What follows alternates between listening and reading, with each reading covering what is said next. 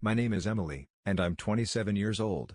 If you had told me a decade ago that I would one day be in a position to change someone's life, I would have laughed. Back then, I was just a scared, struggling high school student, feeling like the world had already decided I wasn't worth much.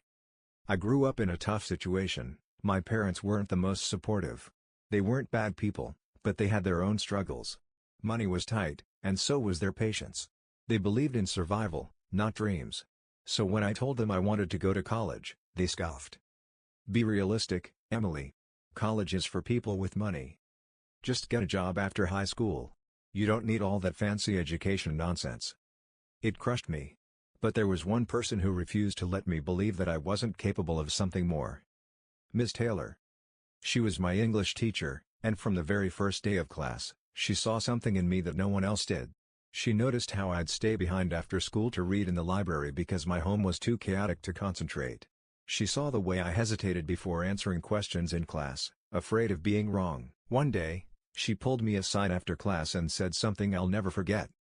Emily, you have a gift. You're smart, you work hard, and you see the world in a way that most people don't. Don't let anyone tell you that you're not meant for something great. I wanted to believe her. I really did. But when your whole life you've been told you're not enough, it's hard to suddenly think otherwise.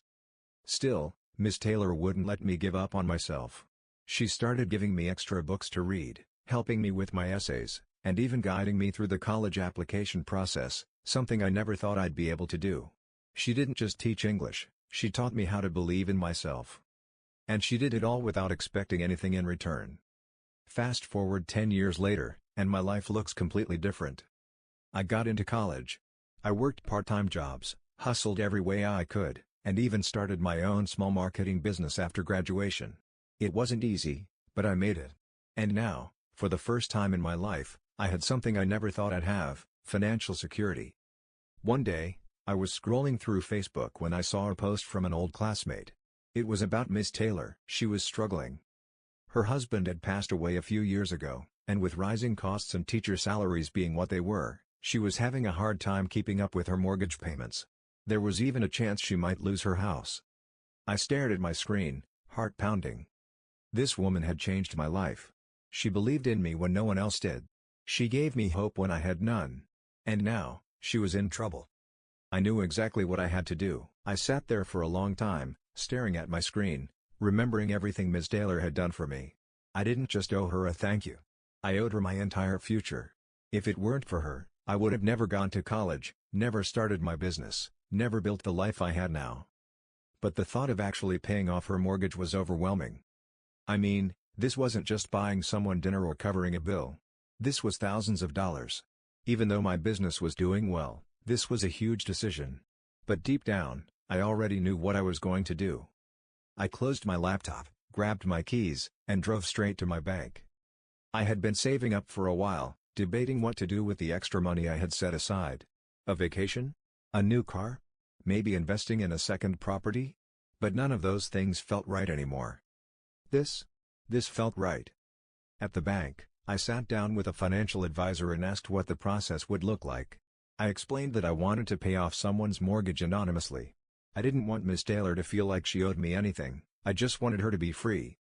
The bank rep looked at me like I was crazy. You want to do what? I want to pay off her mortgage. All of it. Are you sure? That's a big commitment. I've never been more sure of anything in my life. It took some time to figure out the details. Because I wasn't a co-signer on her mortgage, there were a lot of hoops to jump through. Eventually, I learned that I could send a lump sum payment directly to her mortgage provider.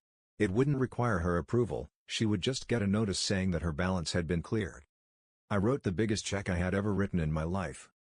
And then, I waited. A few days later, I got a text from an old high school friend. Dude. Did you hear what happened to Ms. Taylor? Someone paid off her entire mortgage. She's freaking out. I smiled but didn't respond. Then, a post popped up on Facebook. It was from Ms. Taylor herself. I don't know who did this, but today, I received a letter saying that my mortgage has been completely paid off. I am sitting here, in tears, because I cannot believe that someone would do something so incredibly generous for me. To whoever did this, you have changed my life. You have given me peace and security in a way I never imagined. Thank you, from the bottom of my heart. The comments were flooding in. People were shocked, trying to guess who could have done it. An angel must have done this. This is the most beautiful thing I've ever seen. Teachers deserve the world, and I'm so glad someone gave Ms. Taylor what she deserves. I read through every single comment, feeling this overwhelming sense of warmth in my chest. I didn't need recognition. I didn't need her to know it was me. Just knowing that she was safe, that she didn't have to worry anymore, that was enough. I sat back, let out a deep breath, and smiled. And for the first time in a long time, I felt like I had finally repaid a debt that words alone could never cover. A few weeks passed, and I kept an eye on Ms. Taylor's posts. She was glowing. She started posting about little things, how she could finally breathe without the weight of debt crushing her, how she could focus on teaching without worrying about her next paycheck. She even mentioned that she was taking a trip to Italy over the summer, something she had always dreamed about but never thought she could afford. Every time I saw her happy, I knew I had done the right thing. But then, something happened. I got a phone call from an unknown number. I don't usually answer those, but something told me to pick up. Hello? There was silence on the other end, then a shaky breath. Emma? My heart stopped. It was Miss Taylor.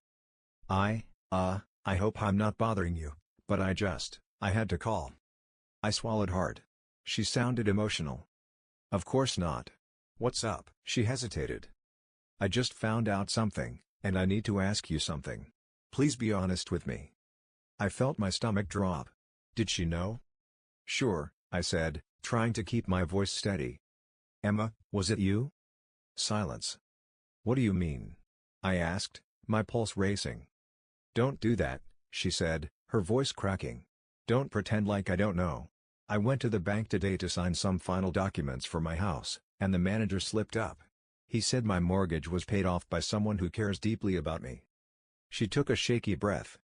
I thought about it over and over, and there's only one person who fits. One person who would do something so unbelievably selfless. Emma, was it you? I squeezed my eyes shut. I never wanted her to find out. But I couldn't lie to her. Not to the woman who had always believed in me. I took a deep breath. Yes, I whispered. Silence.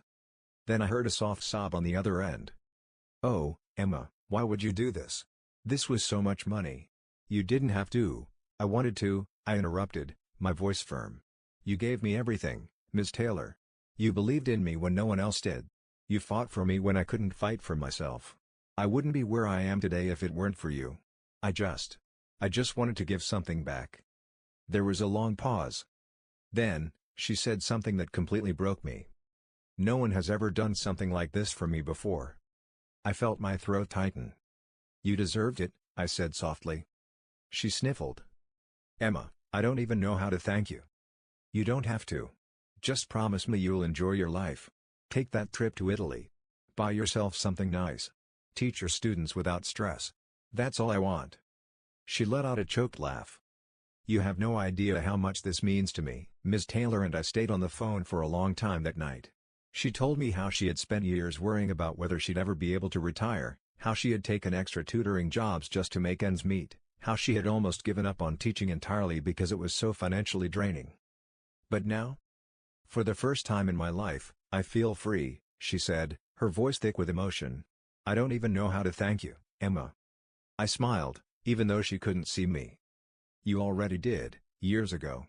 By believing in me when no one else did. She let out a soft laugh, still sniffling. You have such a big heart, Emma. The world needs more people like you.